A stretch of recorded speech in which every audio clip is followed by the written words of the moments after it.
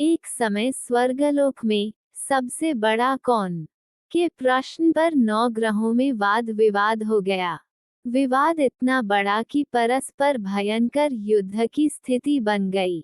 निर्णय के लिए सभी देवता देवराज इंद्र के पास पहुंचे और बोले, हे देवराज, आपको निर्णय करना होगा कि हम में से सबसे बड़ा कौन है। देवताओं का प्रश्न सुनकर देवराज इंद्र उलझन में पड़ गए। इंद्र बोले, मैं इस प्रश्न का उत्तर देने में असमर्थ हूँ। हम सभी पृथ्वीलोक में उज्जयिनी नगरी में राजा विक्रमादित्य के पास चलते हैं। देवराज इंद्र सहित सभी ग्रह देवता उज्जयिनी नगरी पहुँचे। महल में पहुंचकर जब देवताओं ने उनसे अपना प्रश्न पूछा तो राजा विक्रमादित्य भी कुछ देर के लिए परेशान हो उठे, क्योंकि सभी देवता अपनी अपनी शक्तियों के कारण महान थे। किसी को भी छोटा या बड़ा कह देने से उनके क्रोध के प्रकोप से भयंकर हानि पहुंच सकती थी। अचानक राजा विक्रमादित्य को एक उपाय सूझा और उन्होंने विभिन्न धातुओं स्वर्ण, रजत, चांदी, कांसा, ताम्र, तांबा, सीसा, रांगा, जस्ता, अभ्रक व लोहे के 9 आसन बनवाए। धातुओं के गुणों के अनुसार सभी आसनों को एक दूसरे के पीछे रखवाकर उन्होंने देवताओं को अपने अपने सिंहासन पर बैठने को कहा। देवताओं के बैठने के बाद राजा विक्रमादित्य ने कहा, आपका निर्णय तो स्वयं हो गया। जो सबसे पहले सिंहासन पर विराजमान है, वही सबसे बड़ा है। राजा विक्रमादित्य के निर्णय को सुनकर शनि देवता ने सबसे पीछे आसन पर बैठने के कारण अपने को छोटा जानकर क्रोधित होकर कहा, राजा विक्रमादित्य, तुमने मुझे सबसे पीछे बैठाकर मेरा अपमान किया है। तुम मेरी शक्तियों से परिचित नहीं हो। मैं तुम्हारा सर्वनाश कर दूंगा। शनि ने कहा, सूर्य एक राशि पर 1 महीने, चंद्रमा 2.25 दिन, मंगल 1.5 महीने, बुध और शुक्र 1 महीने, बृहस्पति 13 महीने रहते हैं, लेकिन मैं किसी राशि पर 7.5 वर्ष 7.5 तक रहता हूँ। बड़े बड़े देवताओं को मैंने अपने प्रकोप से पीड़ित किया है।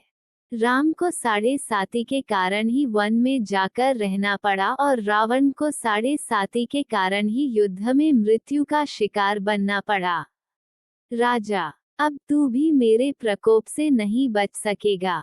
इसके बाद अन्य ग्रहों के देवता तो प्रसन्नता के साथ चले गए, परंतु शनिदेव बड़े क्रोध के साथ वहां से विदा हुए। राजा विक्रमादित्य पहले की तरह ही न्याय करते रहे। उनके राज्य में सभी स्त्री पुरुष बहुत आनंद से जीवन यापन कर रहे थे। कुछ दिन ऐसे ही बीत गए। उधर शनि देवता अपने अपमान को भूले नहीं थे। विक्रमादित्य से बदला लेने के लिए एक दिन शनिदेव ने घोड़े के व्यापारी का रूप धारण किया और बहुत से घोड़ों के साथ उज्जयिनी नगरी पहुंचे। राजा विक्रमादित्य ने राज्य में किसी घोड़े के व्यापारी के आने का समाचार सुना तो अपने अश्वपाल को कुछ घोड़े खरीदने के लिए भेजा। घोड़े बहुत कीमती थे। अश्वपाल ने जब वापस लौटकर इस संबंध में बताया तो राजा विक्रमादित्य ने स्वयं आकर एक सुंदर व शक्तिशाली घोड़े को पसंद किया। घोड़े की चाल देखने के लिए राजा उस घोड़े पर सवार हुए तो वो घोड़ा बिजली की गति से दौड़ पड़ा। तेजी से दौड़ता घोड़ा राजा को दूर एक जंगल में ले गया और फिर राजा को वहां गिराकर जंगल में कहीं गायब हो गया। राजा अपने नगर को लौटने के लिए जंगल में भटकने लगा, लेकिन उन्हें लौटने का कोई रास्ता नहीं मिला। राजा को भूख प्यास लगाई। बहुत घूमने पर उसे एक चरवाहा मिला। राजा ने उससे पानी मांगा। पानी पीकर राजा ने उस चरवाहे को अपनी अंगूठी दे दी। फिर उससे रास्ता पूछकर वह जंगल से निकलकर पास के नगर में पहुंचा। राजा ने एक सेठ की दुकान पर बैठकर कुछ देर आराम किया।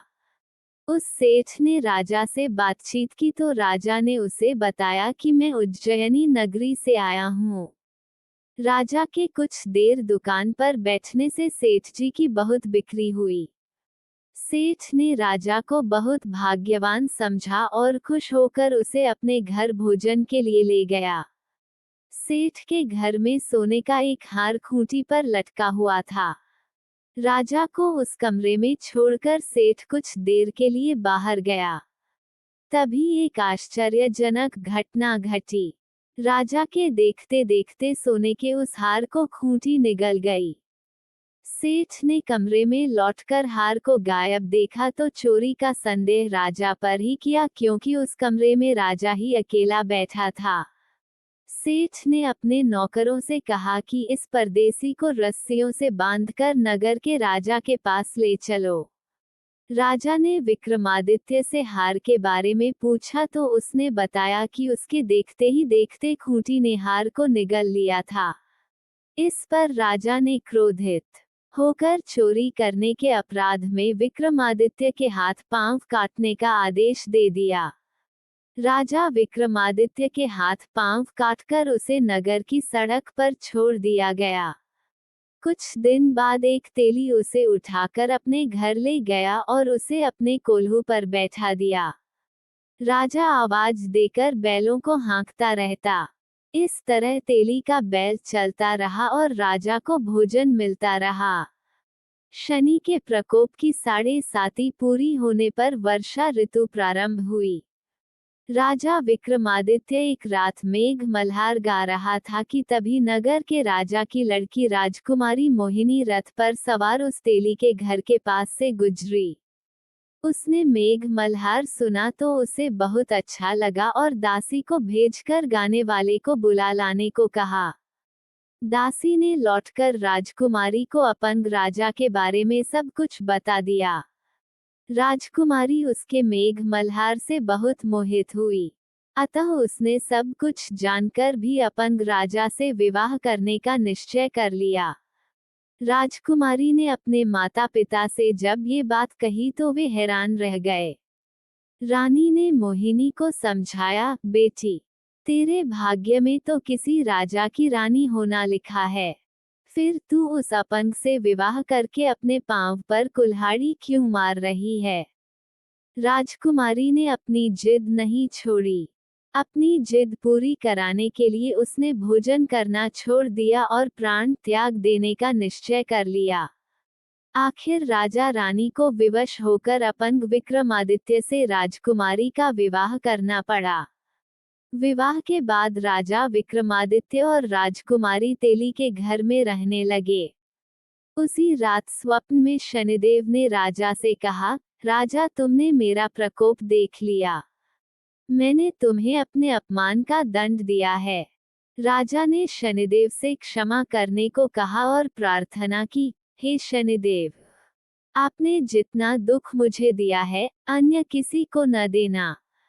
शनिदेव ने कुछ सोचकर कहा, राजा, मैं तुम्हारी प्रार्थना स्वीकार करता हूँ।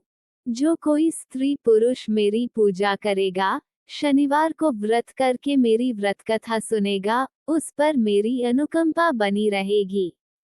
प्रातःकाल राजा विक्रमादित्य की नींद खुली तो अपने हाथ पांव देखकर राजा को बहुत खुशी हुई।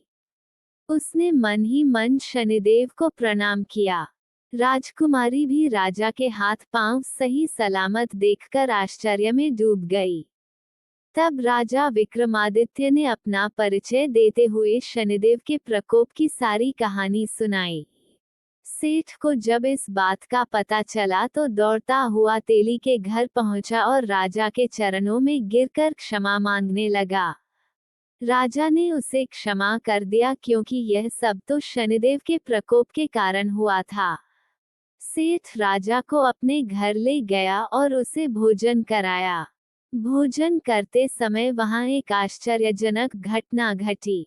सबके देखते देखते उस खूंटी ने हार उगल दिया।